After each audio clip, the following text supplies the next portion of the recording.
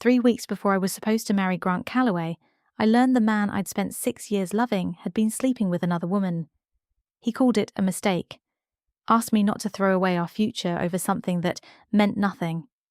So I took off my ring, placed it in his hand, and said, "You're right, I shouldn't destroy my future over your mistake, so I won't." Grant thought I'd calm down. He thought I'd forgive him. He was wrong. Because less than a year later, I walked into a room on the arm of the one man Grant hated more than anyone, Adrian Vale, the rival who had just taken the promotion Grant believed belonged to him, and the man who once looked me straight in the eye and said, "Ambition isn't an excuse to make someone feel alone while standing beside you." At the time, I thought Adrian was talking about Grant's career. I had no idea he was warning me about my fiancé. Tonight's story begins 3 weeks before a wedding. The flowers had already been ordered. The seating chart had been finalised. 147 guests believed Camille Bennett was about to marry the most impressive man in the room. But at 11:43 on a Thursday night, Camille stood barefoot in the kitchen of the home they had chosen together and watched Grant Calloway explain why another woman's earrings were in his coat pocket. Grant did not look frightened. Not at first. He looked inconvenienced. "Camille," he said quietly, "there's an explanation." She held the earrings in her palm, small diamonds set in white gold. Not expensive enough to be unmistakable, not cheap enough to be forgotten. Camille knew exactly who they belonged to. She had complimented them at dinner 2 nights earlier, and the woman wearing them had smiled across the table and said, "My husband bought them for our anniversary." Grant took one careful step toward her. "Please let me explain before you decide what this means." Camille closed her fingers around the earrings. "What does it mean?"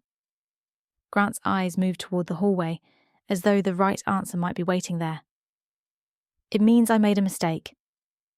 Camille looked at the man she had loved for 6 years, the man whose suits occupied half their closet, whose coffee mug sat beside hers every morning, whose name was embossed beside hers on wedding invitations stacked in unopened boxes near the front door. Then she asked the only question that mattered. "How long?" Grant said nothing. And in the silence, Camille understood that whatever answer he gave next would be a lie. "Before we continue, tell us where you're tuning in from tonight.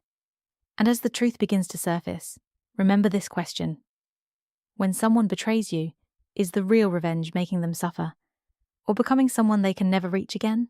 6 years earlier, Camille Bennett had not been looking for Grant Mercer. She had been standing beneath a broken light fixture in an unfinished restaurant, arguing with a contractor about the placement of a structural beam. The restaurant was 4 weeks behind schedule. The owner was threatening to sue everyone. Rain had leaked through an unfinished section of roof and ruined 3 crates of imported tile. Camille was 26, exhausted, and determined not to let anyone in the room realize she was the youngest person there. She had founded Bennett's studio 18 months earlier with 2 employees, 1 borrowed drafting table, and a business loan her father had advised her not to take. Her firm combined architecture and interior design, which sounded elegant in interviews and meant, in practice, that Camille was responsible when a wall was 6 inches off and when a client decided the colour cream felt too aggressive. She loved it. She loved taking blank spaces and imagining how people would live inside them. She loved blueprints, raw materials, natural light, and the moment when something that had existed only in her mind became real enough to touch. She was standing in the centre of that unfinished restaurant with a rolled set of plans beneath one arm when Grant walked in. He was not supposed to be there. Grant worked for Mercer Rowan, one of the largest commercial development firms in the city.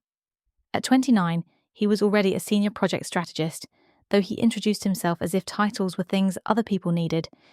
He had come to meet the restaurant owner about financing. Instead, he found Camille pointing at the ceiling and telling a contractor twice her size that if he moved the beam without consulting her again, she would personally make sure his company never bid on one of her projects. Grant watched for almost a minute before interrupting. "Is this a bad time?" Camille turned. He was tall, dark-haired, impeccably dressed, and wearing the kind of smile that suggested he had never entered a room without being welcomed. "Yes," she said. Grant smiled wider. "Good. I hate arriving after the interesting part." She should have disliked him. Instead, she laughed. He stayed through the meeting. Then he stayed while she inspected the damaged tile. Then he walked her to her car in the rain, holding his suit jacket over her plans while ruining a shirt that probably cost more than her monthly car payment. 2 days later, he sent coffee to her office. Not flowers, not chocolates. Coffee. The note said, "For the woman brave enough to threaten a contractor before breakfast." Dinner Friday? Camille said yes. For years afterward, Grant would tell people he had known within 10 minutes that he would marry her. Camille always corrected him. "You didn't ask me out for 2 days.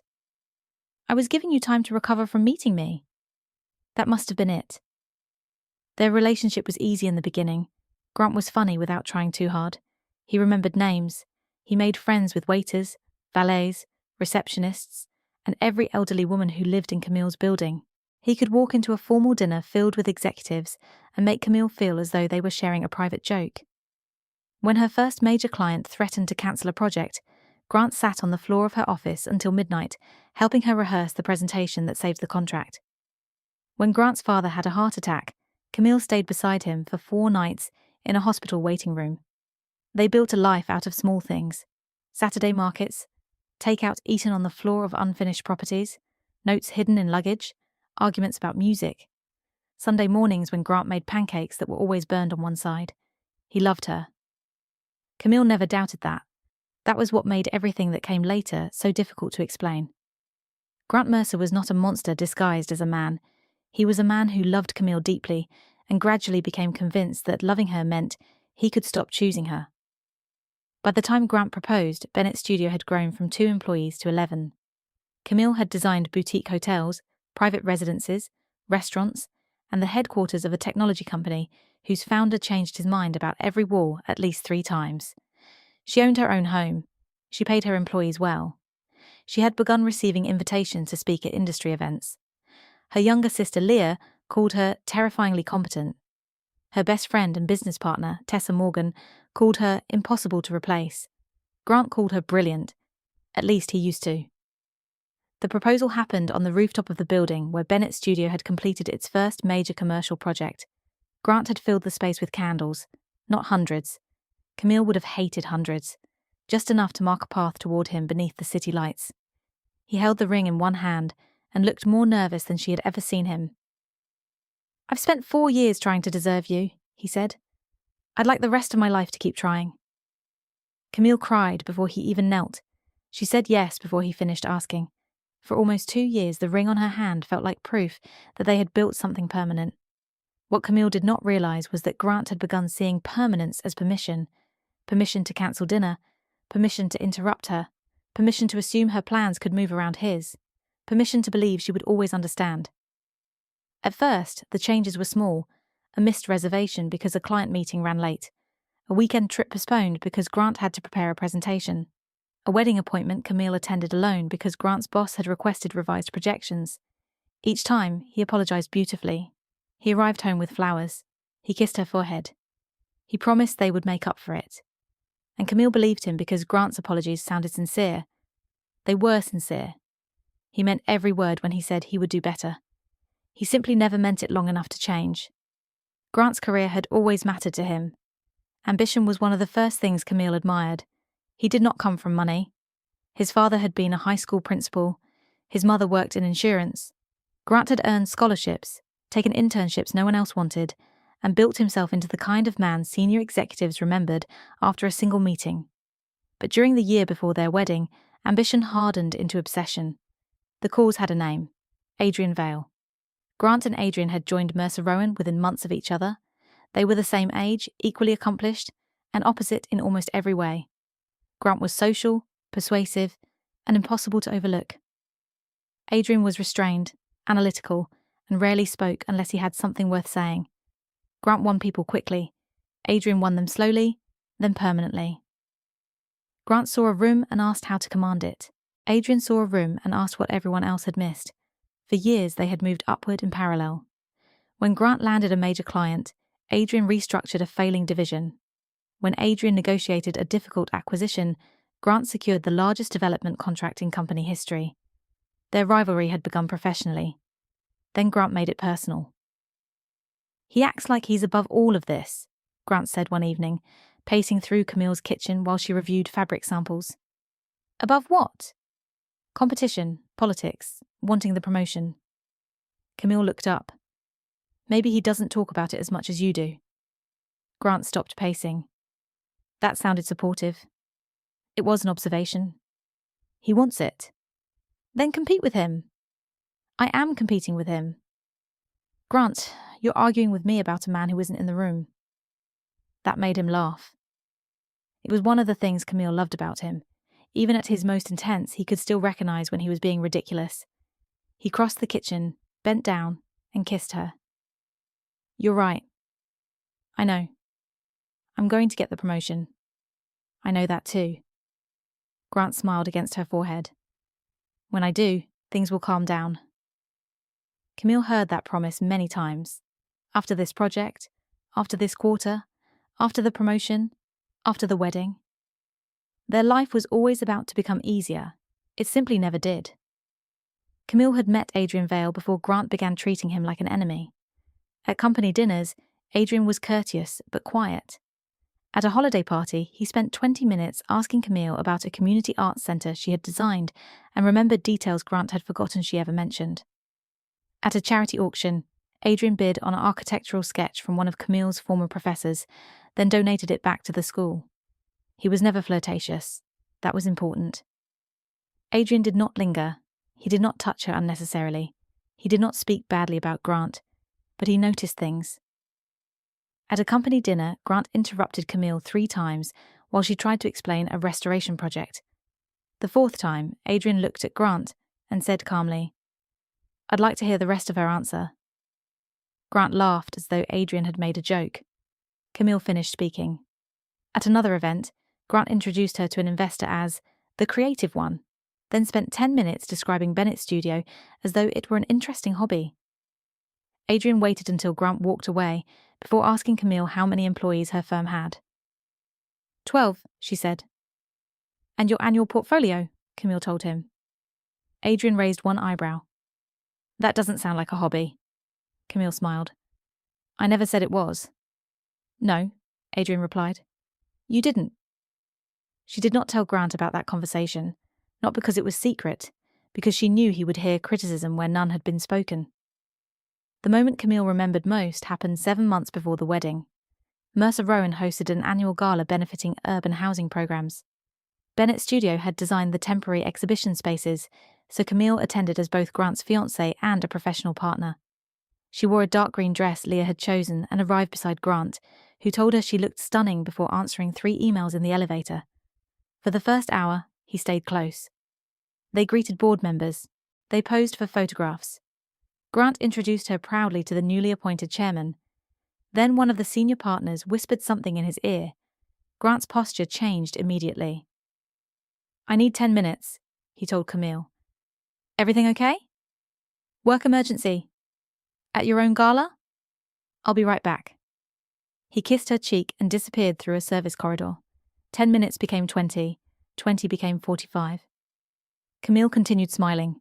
She spoke with clients. She complimented the exhibition staff. She told 3 different people Grant had been pulled away by something urgent. By the time Adrian found her standing near the terrace doors, she had stopped checking the time.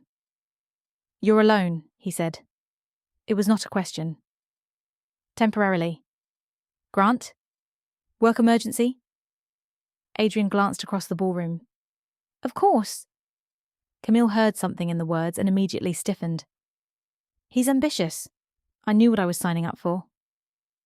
Adrian looked at her for a long moment, not pitying, not judgmental, simply seeing her. Then he said, Ambition isn't an excuse to make someone feel alone while standing beside you. Camille felt the remark land somewhere she had been avoiding. She folded her arms. He loves me. Adrian's expression did not change. I didn't say he didn't. The orchestra shifted into a slower song. Around them, couples moved toward the dance floor. Adrian looked at Camille, then toward the empty place beside her.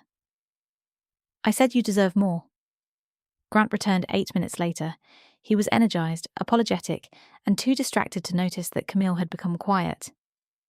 On the ride home, he told her the emergency had been connected to the promotion. A senior client had questioned one of Adrian's forecasts. Grant believed it was an opportunity. Camille stared through the window at the city lights. She wanted to tell him what Adrian had said. She almost did. But Grant was already explaining how the evening might change everything. So Camille placed her hand on his knee. I hope it works out. Grant covered her hand with his. It will. Adrian's words stayed with her anyway. Ambition isn't an excuse to make someone feel alone while standing beside you. For weeks, Camille tried to forget them. Then came the promotion. Grant had prepared for the announcement as though preparing for war. He bought a new suit. He met privately with 2 board members. He rehearsed his acceptance remarks even though the company had not officially told either candidate when the decision would be made. Camille watched him knot his tie on the morning of the executive meeting. You haven't eaten, she said. I'm not hungry. You'll be hungry in an hour. I'll eat after. Camille handed him a travel mug. Grant took it, then looked at her. For one brief second, he seemed like the man from the unfinished restaurant. Nervous, hopeful, young. What if they choose him? He asked. Camille adjusted his collar. Then you come home. And I remind you that one decision doesn't define your career. Grant exhaled. You always know what to say. I charge by the hour. He smiled. Then he kissed her. I love you. I love you too. At 2:17 that afternoon, Mercer Rowan announced Adrian Vale as its new Executive Vice President of Development. Grant did not call Camille. She learned from a business alert on her phone. When he finally arrived home after midnight, he had been drinking. Not enough to stumble, enough to stop pretending he was fine. He played them, Grant said. Camille took his coat. How? He spent months positioning himself as the stable choice. Maybe they thought he was. Grant looked at her sharply. You think he deserved it? I think you're upset. That's not what I asked. Camille laid his coat over a chair. I don't know enough to decide who deserved it. I do. Grant walked toward the bar and poured another drink. He knew exactly what he was doing. Camille watched him. Grant, he accepted a promotion. He didn't steal your identity. He stole years of work. No, he got a job you wanted. Grant turned. For the first time in their relationship, Camille saw resentment move across his face before he could hide it. You make that sound very simple. It is simple. Painful doesn't mean complicated. Grant stared at her. Then he laughed bitterly. I thought you were on my side. I am on your side. Doesn't feel like it. Camille could have argued. Instead, she walked away. That night, Grant slept in the guest room. The next morning, he apologized. He brought coffee into the bedroom and sat beside her. I was angry. I know. I shouldn't have taken it out on you. No. He reached for her hand. I need you. Camille looked at him. Something in the way he said it bothered her, not because she did not want to be needed, because Grant had stopped asking whether she needed him too. Still, she squeezed his hand. We'll get through it. Grant kissed her knuckles. Then his phone rang. He answered before leaving the room. Adrian's promotion changed Grant. Not all at once. He became more charming at work and more absent at home. He accepted every invitation, attended every private dinner, joined a leadership council, began travelling twice as often. He insisted he was rebuilding his position. Camille wanted to support him. She moved wedding appointments around his schedule. She attended menu tastings with Leah. She approved flowers with Tessa. She chose invitations alone after Grant promised to review them and forgot. When the printed samples arrived, Grant admired them. They're perfect. You never saw the others. I trust you. At one time, those words would have felt romantic. Now they sounded like an excuse. Camille's business was growing too. Bennett's studio had been shortlisted for the redesign of the Marlowe Hotel, a century-old property that would become the largest project in the firm's history. The presentation was scheduled for a Friday morning. Camille prepared for 6 weeks. She stayed late, revised plans, commissioned material samples, built a physical model with her team. Grant knew how important it was. He promised to attend. On the morning of the presentation, Camille stood in the hotel ballroom surrounded by plans, sample boards, and her employees. 10 minutes before the clients arrived, she checked her phone. No message. 5 minutes before, she called Grant. Voicemail. Tessa watched from across the room. Do you want me to stall? No. He said he'd be here. He'll be here. Grant arrived 40 minutes after the presentation ended. Camille had won the contract. Her employees were celebrating with sparkling wine from the hotel bar. Grant entered carrying flowers. Everyone cheered because they assumed his arrival was part of the celebration. He crossed the room and kissed Camille. I knew you'd get it. You missed the presentation. I know, I'm sorry. Adrian moved a meeting. Adrian didn't make you promise to come. Grant lowered his voice. Can we not do this here? Camille looked at her team, at the women and men who had worked nights beside her, at Tessa, who had attended every practice presentation, at the architectural model Grant had never asked to see. You're right, Camille said. This isn't the place. Grant relaxed. He mistook restraint for forgiveness. That evening, they attended a dinner hosted by the Viridian Arts Foundation. Bennett's studio had designed 2 of the foundation's gallery spaces. Grant had secured financing for another. The foundation's director, Serena Cross, greeted them at the entrance.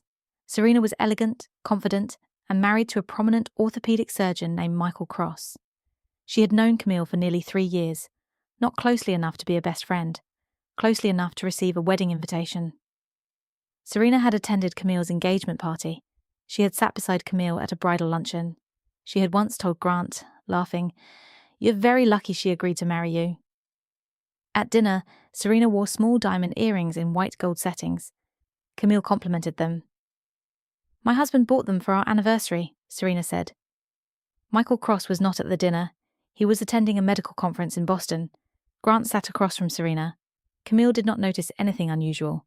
That was what humiliated her later. Not that the signs had been obvious, that there had been no signs at all.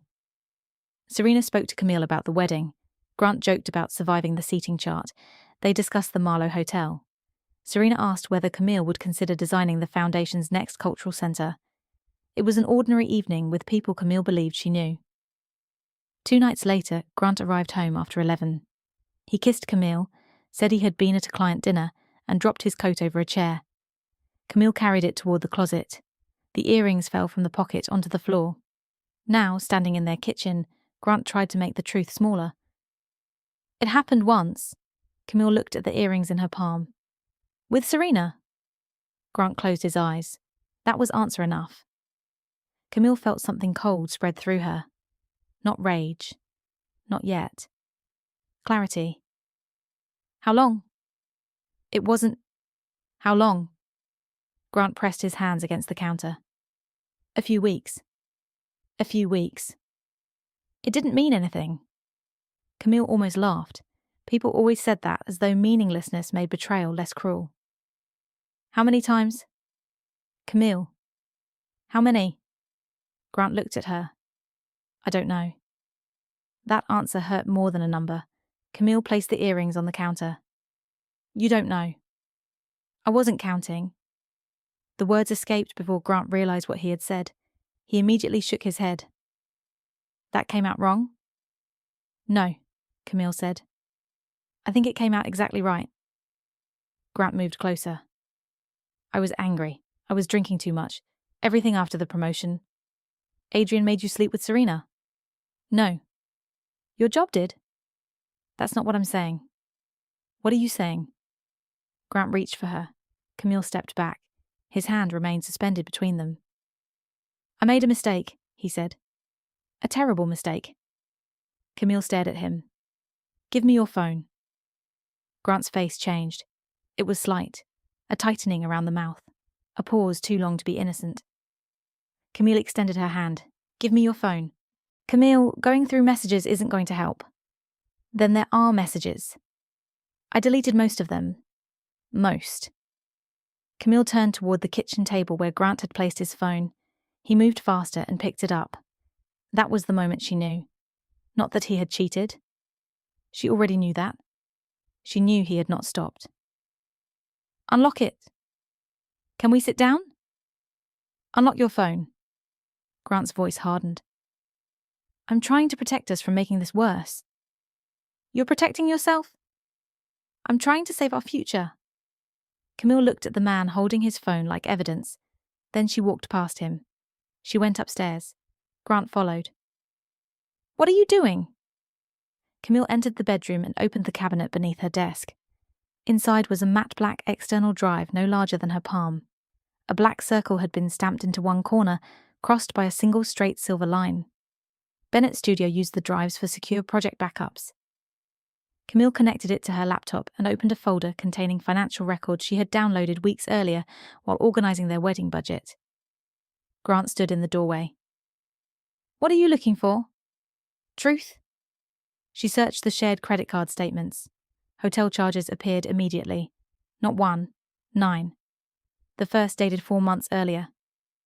Camille's hands went still. 4 months, not a few weeks. She searched restaurant charges, private car services, a jewelry store purchase Grant had explained as a gift for his mother. Then she opened their cellular account. The records did not show message content. They showed numbers. One number appeared hundreds of times, late at night, early in the morning, during Camille's presentation at the Marlowe Hotel. On the evening Grant left her alone at the gala, Camille slowly turned the laptop toward him. Grant looked at the screen. His shoulders dropped. "It wasn't Serena then." "What?"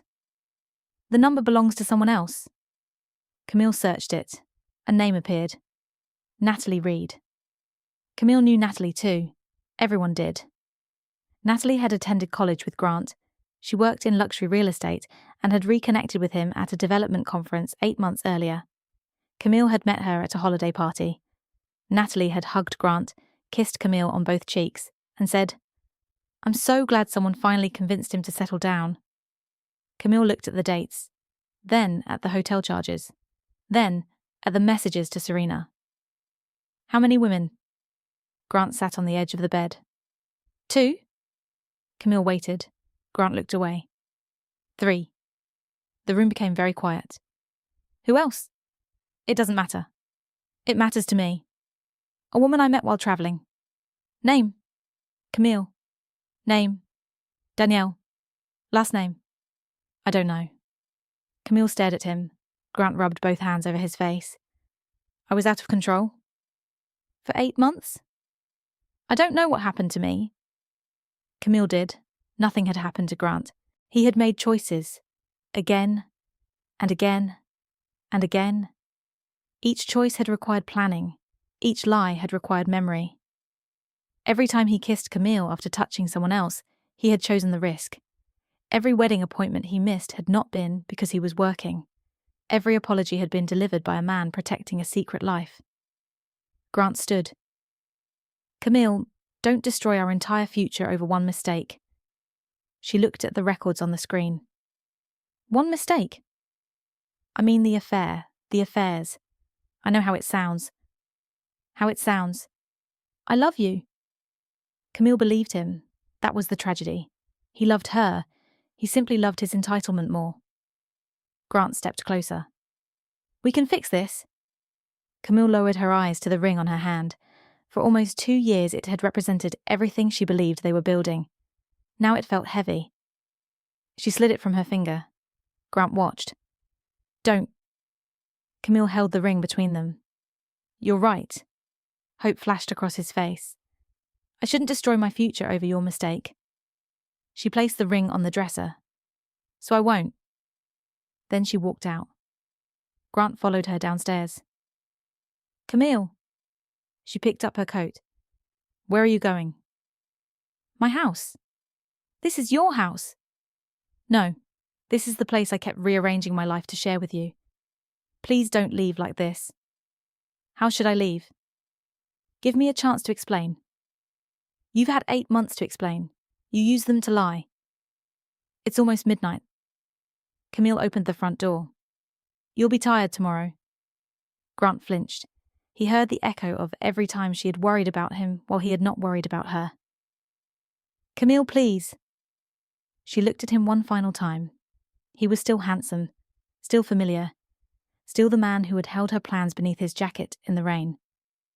But something essential had changed, or perhaps it had finally become visible. Camille left. She drove to the townhouse she had owned before moving in with Grant. She had kept it as a rental property, but the tenants had moved out 2 weeks earlier. The rooms were empty, no furniture, no curtains, no bed. Camille sat on the floor of the living room until morning. At 6:12, Grant called. At 6:14, he called again. By 7, there were 12 messages. By 8, his mother had called. At 8:35, Serena Cross called. Camille watched the name appear and felt her stomach turn. She did not answer. At 9, Tessa arrived carrying coffee, blankets, and an expression so furious it almost made Camille smile. "How did you know where I was?" "You share your location with me." "I forgot." "I know." Tessa sat beside her on the floor. For several minutes, neither spoke. Then Tessa said, "How bad?" Camille looked at the blank wall. 3 women. Tessa's face changed. One was Serena. Serena Cross? Camille nodded. Tessa set down the coffee carefully. "I'm going to prison." "No." "I know people." "No, you don't." "I can meet people." Camille laughed. It came out broken. Tessa wrapped both arms around her. That was when Camille finally cried. Not when she found the earrings. Not when Grant admitted the affair. Not when she removed the ring. She cried in an empty room while her best friend held her, and the future she had planned collapsed around them. The wedding cancellation became public within 48 hours.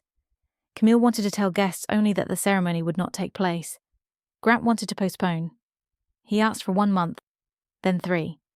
He suggested counselling. He promised transparency. He offered passwords, therapy, a leave of absence. Camille refused. Not because she did not believe people could change, because Grant was asking for more time from the woman whose time he had already treated as disposable. The official message was brief. Due to unforeseen personal circumstances, the wedding of Camille Bennett and Grant Mercer has been cancelled. We appreciate your privacy and understanding. No explanation. No public accusation. No revenge post. No humiliating photographs. Grant's family told people the pressure of work and wedding planning had become too much. Several friends assumed Camille had panicked. One woman told Leah, "Some successful women struggle to compromise." Leah nearly overturned a table. Camille said nothing. She returned deposits, cancelled the venue, released hotel rooms, sent gifts back. Every task felt like dismantling a building she had designed herself. Grant continued calling. At first, he apologised. Then he explained. Then he became frustrated by her silence. "I'm trying to take responsibility," he said, in one voicemail. "But you're treating me like I never loved you." Camille listened once, then deleted it. A week later, Michael Cross discovered Serena's affair. Serena had confessed only after Grant warned her Camille knew. Michael filed for divorce. Serena resigned from the foundation. The Cultural Centre project was suspended. Grant's connection to the scandal became impossible to contain. He had slept with the wife of a major client whose organisation worked closely with Mercer Rowan. That was not merely personal misconduct, it was a professional liability. Adrian called Grant into his office. Grant arrived prepared to defend himself. The office was spare and orderly. A wall of windows overlooked the city. Adrian sat behind the desk Grant believed should have been his. "You wanted to see me," Grant said. Adrian closed a file. "You failed to disclose a personal relationship that created a conflict with a client." "Serena wasn't the client, the foundation was." "You know that distinction won't protect you." "Are you disciplining me for cheating on my fiancé?" "I'm disciplining you for exposing this company to reputational and contractual risk." Grant laughed without humour. "Convenient." Adrian's expression remained calm. "What is?" "You get the promotion, my personal life falls apart. Now you get to remove me." "I'm not removing you." "Not yet." "The board has requested a formal review." Grant stepped closer to the desk. "You've been waiting for this." Adrian looked at him. "No." "Don't pretend you didn't want me gone." "I wanted the job. And now you have it." "Yes." Grant waited for more. Adrian gave him none. That restraint infuriated him more than triumph would have. "You always do that." "Do what?" "Act like you're above everyone." Adrian leaned back. "I am not above you, Grant." "Could have fooled me. I'm simply not responsible for the consequences of your choices." Grant left before the meeting ended. He was placed on administrative leave 2 days later. Camille learned from Tessa, who learned from an industry contact. She felt no satisfaction. That surprised her. For days, she had imagined Grant losing something important and believed it might balance the scales. It did not. Pain was not mathematics. His suffering did not reduce hers. So Camille stopped watching. She removed Grant from her accounts, asked Leah to collect the belongings she had left at the house, transferred her wedding savings into a new business fund. Then she returned to work.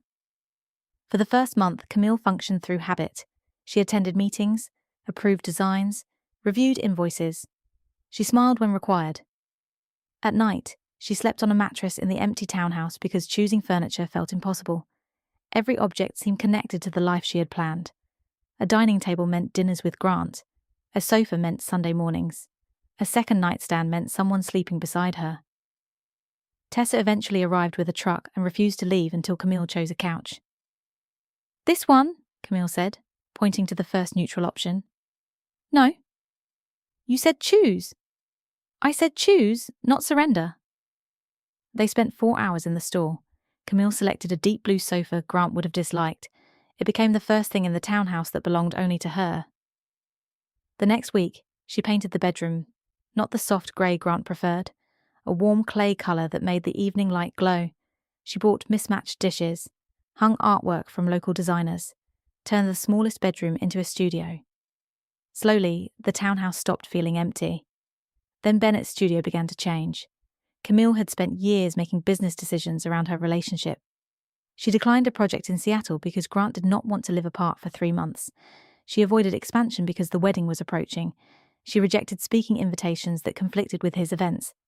Without Grant's schedule occupying the center of her life, opportunities appeared.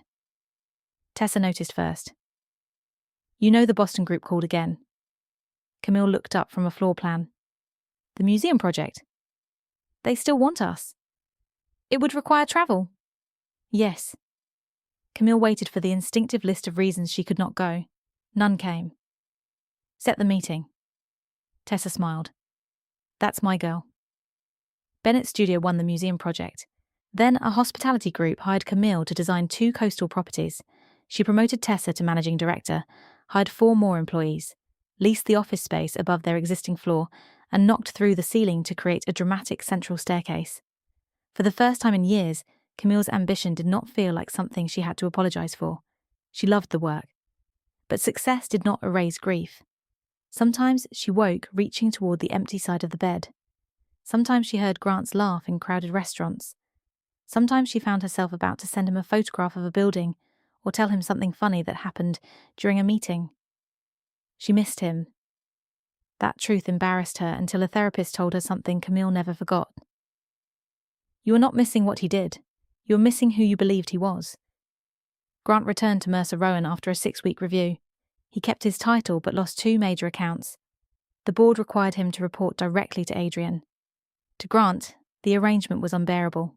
His greatest rival had become his boss. At the same time, his personal life had become office gossip. People who once gathered around him became careful. Invitations slowed. Clients asked Adrian to attend meetings Grant had previously handled alone. Grant blamed the scandal, then the board, then Serena, then Camille. Finally, though he never admitted it aloud, he blamed Adrian most of all. Adrian had what Grant wanted: the promotion, authority, control, and unlike Grant, he appeared untouched by chaos. Months passed before Camille saw Adrian again. The meeting was professional. Bennett's studio had been invited to bid on Mercer Rowan's new headquarters project. Camille nearly declined. Tessa refused to allow it. "This contract would double our commercial division." "I know." "Then why are we discussing it?" "Grant works there." "So do 900 other people." "Adrian leads the project." Tessa studied her. "Is that a problem?" Camille thought of the gala, of the sentence that had lived inside her long before she understood it. Ambition isn't an excuse to make someone feel alone while standing beside you. "No," she said. "It isn't." The presentation took place on a Monday morning. Camille entered Mercer Rowan's executive conference room with Tessa and 2 senior designers. Adrian stood near the windows, speaking with members of the selection committee. He turned when Camille entered. For one moment, surprise crossed his face. Then professionalism returned. "Miss Bennet." "Mr. Vale." They shook hands.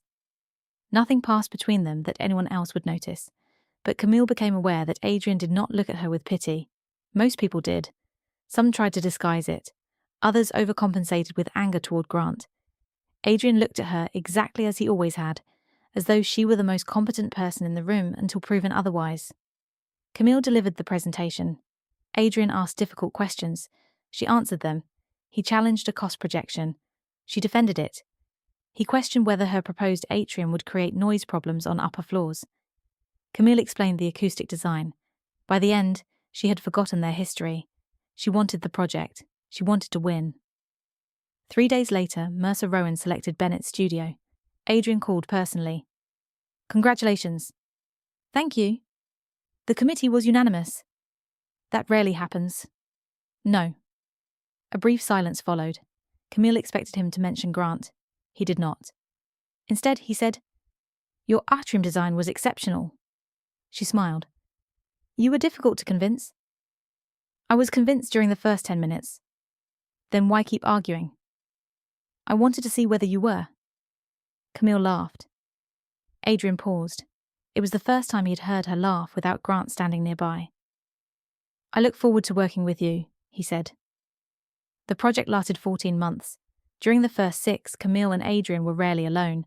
Meetings included architects, engineers, attorneys, finance teams, and construction managers. Their conversations stayed focused. Adrian never asked about Grant. Camille never asked about the promotion. They discovered they worked well together. Camille thought, visually and instinctively. Adrian thought in systems. She imagined what a space could become. He anticipated what could prevent it.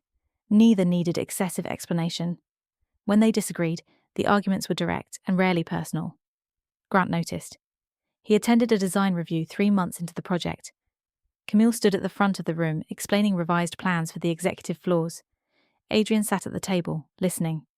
Grant entered late. Camille paused. For a fraction of a second, the room disappeared. Then she continued. Grant watched her speak. She looked different. Not physically. She wore her hair shorter. Her clothes were less conservative than he remembered, but the real change was in the way she occupied the room.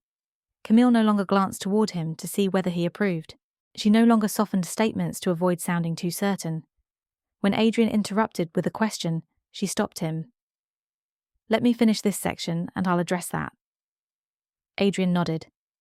Grant felt something twist inside him. At the end of the meeting, he waited near the door. "Camille," she turned. "Hello, Grant." The formality struck him. "You look good." "Thank you. How have you been?" "Busy." "I heard about Boston." "Yes." "Congratulations." Camille nodded.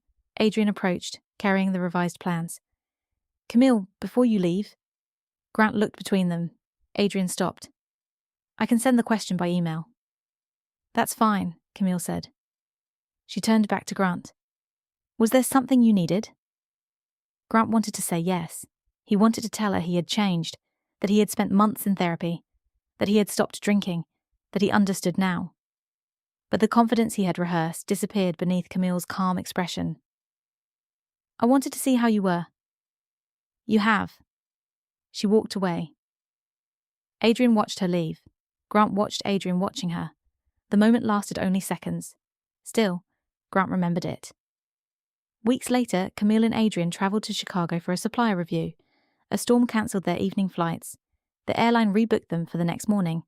They ate dinner in the hotel restaurant because every other member of the team had departed earlier. It was the first time they had been alone since the gala.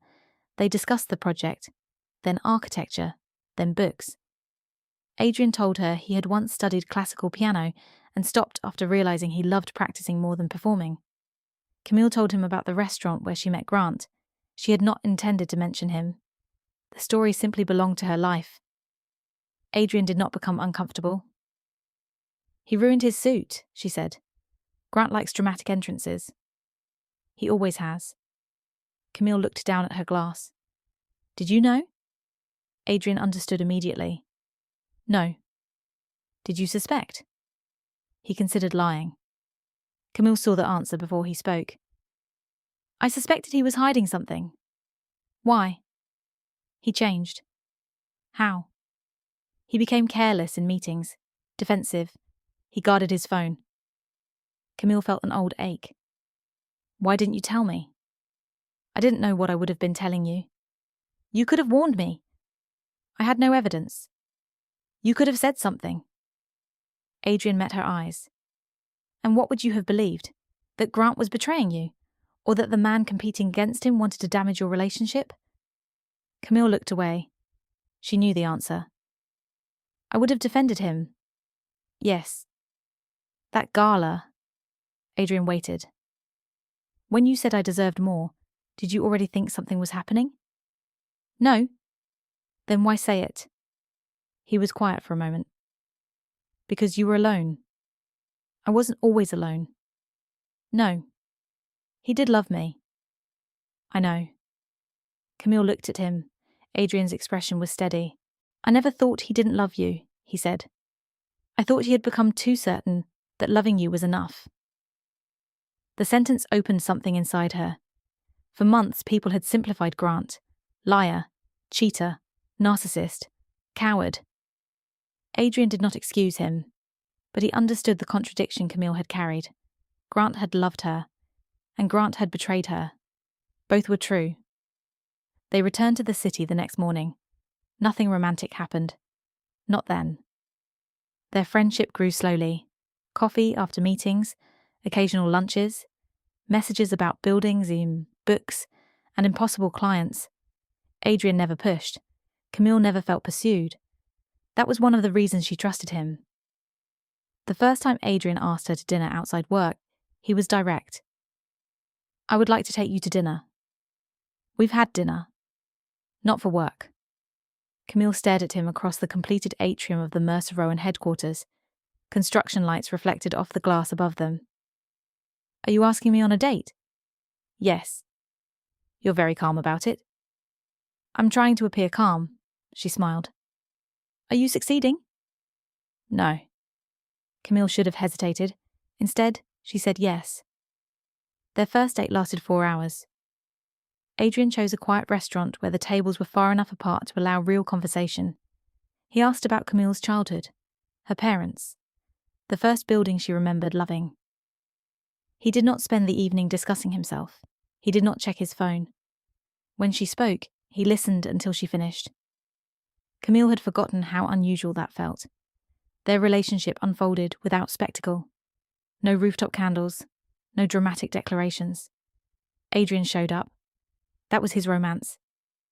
He arrived 5 minutes early, remembered presentations, sent meals to her office when deadlines ran late, learned the names of every employee at Bennett's studio. When Camille travelled, he never asked her to shorten the trip. When Adrian worked late, he told her before she had to wonder. They argued. Camille was stubborn. Adrian could become distant when overwhelmed, but their disagreements did not require Camille to shrink. One evening, after Camille cancelled dinner because of a design emergency, she called him from the site. I'm sorry. Stop apologising. I ruined the evening. You're working. That excuse used to make me furious. Because Grant used it as an excuse. And you. I'm not waiting alone at a table while you pretend I'm not. Camille closed her eyes. Adrian continued. You told me where you are. You told me why. You offered another night. That's enough? That's respect. Camille loved him for making the distinction. Grant learned about the relationship through a photograph. Mercer Rowan's headquarters opened with a formal reception. Bennett's studio received an award for the project. A business magazine published an image of Camille and Adrian standing together beneath the atrium. They were not touching. But Grant saw the way Adrian looked at her. He recognized it because he had once looked at her the same way. Grant stared at the photograph for a long time. Then he called Camille. She did not answer. He sent a message. Are you seeing him? Camille read it and deleted it. Grant sent another. You owe me the truth. That one made her laugh. She blocked his number. The next morning, Grant entered Adrian's office without knocking. Adrian looked up from his computer. Close the door. Grant did. He tossed the magazine onto the desk. How long? Adrian glanced at the photograph. This is not a conversation we're having. How long have you been seeing her? Camille's personal life is none of your business. She was my fiancée. She isn't now. Grant's jaw tightened. You wanted her. Adrian said nothing. You wanted her the entire time. Grant. Was that why you kept undermining me? I never undermined you. You took the promotion. I accepted the position. You pushed the review. The board requested the review. And while I was trying to put my life back together, you moved in. Adrian stood slowly. Be careful. Why? Because you're my boss? Because you're speaking about Camille as though she had no choice. Grant laughed. You expect me to believe this just happened? Yes. You noticed her before? Adrian's expression changed almost imperceptibly. Grant saw it. I knew it. Adrian looked toward the windows. When he spoke again, his voice was quiet. I noticed her long before you lost her. Grant stared. So you were waiting? No. You were. She loved you. Grant opened his mouth. Adrian continued. She loved you, so I respected that. The silence between them hardened.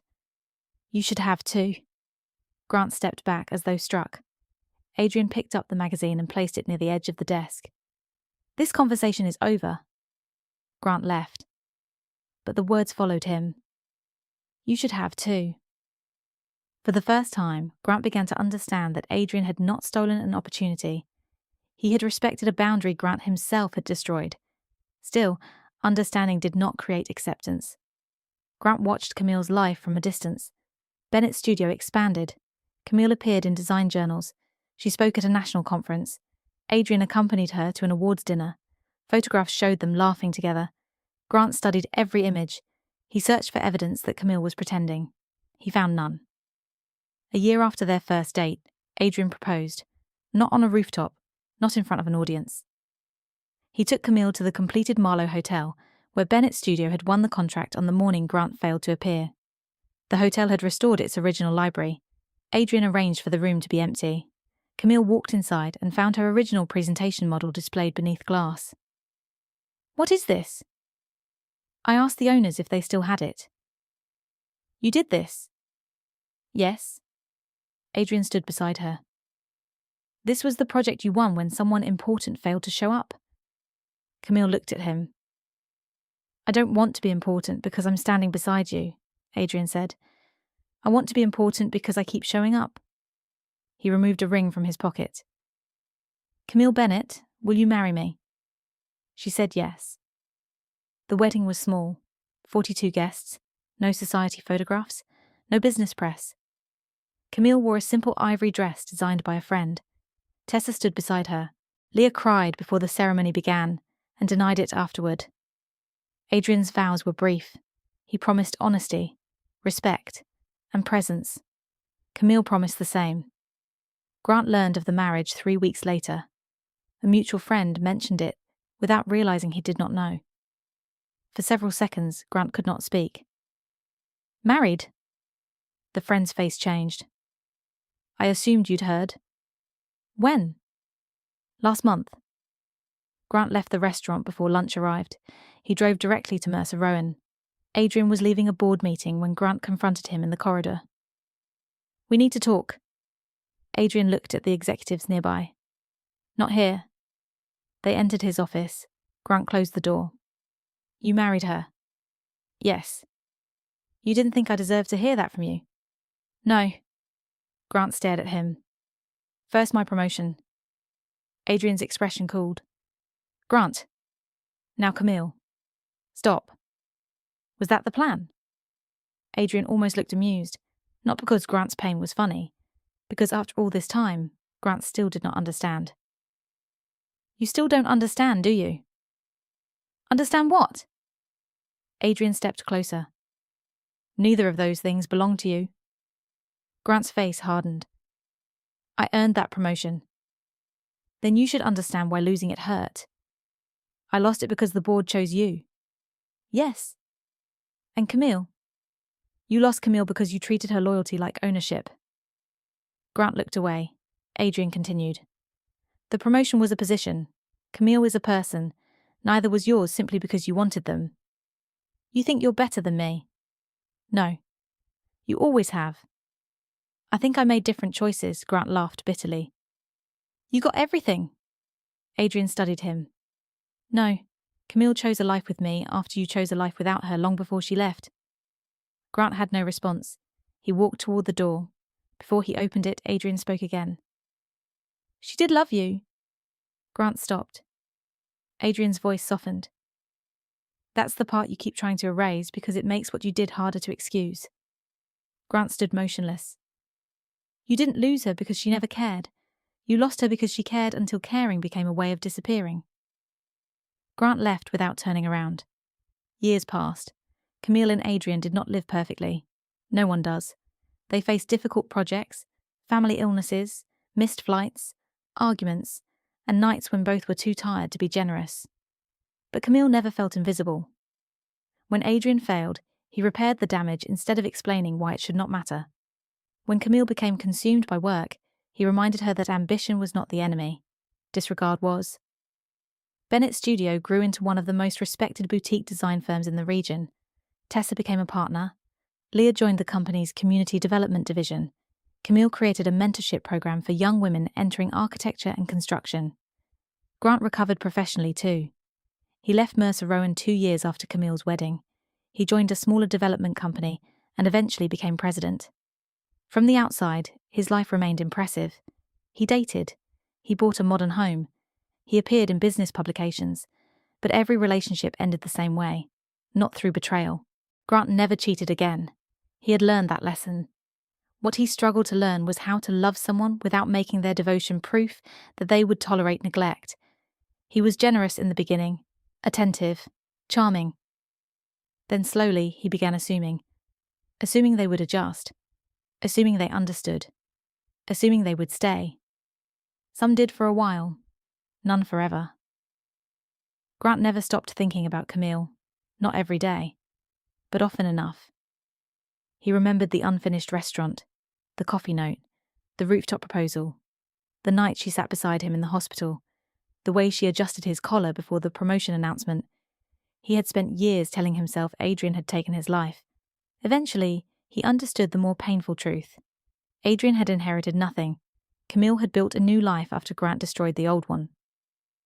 10 years after the cancelled wedding, Camille received the city's highest award for architectural achievement. The ceremony took place in a cultural centre Bennett's studio had designed. Grant attended as a representative of his company. He did not know Camille would be honoured until her name appeared on the programme. When she walked onto the stage, the room rose. Adrian stood in the front row. He applauded before everyone else and remained standing after many had sat. Camille accepted the award and spoke about the responsibility of designing places where people would live, work, grieve, celebrate, and become themselves. Every structure teaches us something, she said. Sometimes the most important lesson is knowing when something can be repaired and when it must be rebuilt. Grant looked down. After the ceremony, guests gathered in the atrium. Camille saw him before he reached her. For a moment, they simply looked at one another. They were older, changed, no longer connected by anger. Congratulations, Grant said. Thank you. You deserved it. Camille smiled faintly. I know. Grant laughed, not bitterly. I suppose you do. Adrian stood several feet away speaking with Tessa. He noticed Grant but did not approach. Grant looked toward him. He still watches you. Camille followed his gaze. No. Grant looked confused. He sees me. The distinction landed quietly. Grant nodded. I'm sorry. Camille had imagined those words many times. Years earlier, she believed hearing them would change something. Now they simply existed. I know, she said. I did love you. I know that too. Grant looked at her. Was there anything I could have done? Yes. What? Before? Camille glanced toward Adrian, then back at Grant. You could have believed that love was something you had to protect. And after? Camille's expression softened. After, you could have accepted that some things end because they should. Grant nodded slowly.